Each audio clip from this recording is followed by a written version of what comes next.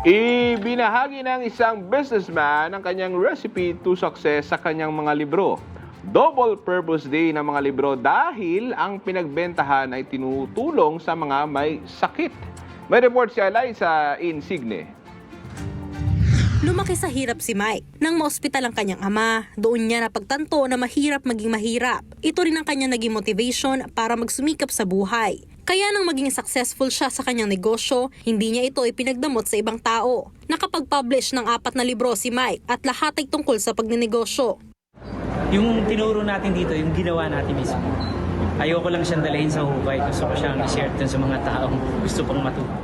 Ang isa niyang libro na Negosyong Swak Sa'yo, target na matulungan ang micro, small and medium enterprise o MSME sa bansa. 99.6% ng bumubuo ng negosyo sa buong Pilipinas, kulang lang ng 0.4 is MSME. Pero hindi siya natutulungan.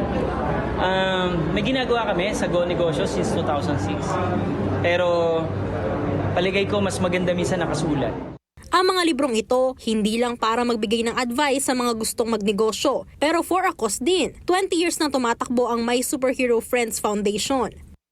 Sa matter of fact, kung bibili kayo ng book, doon lang ang diretso lahat niyan sa foundation. Kasi yung foundation, magto 20 years na, tinutulungan natin lahat yung mga batang may cancer.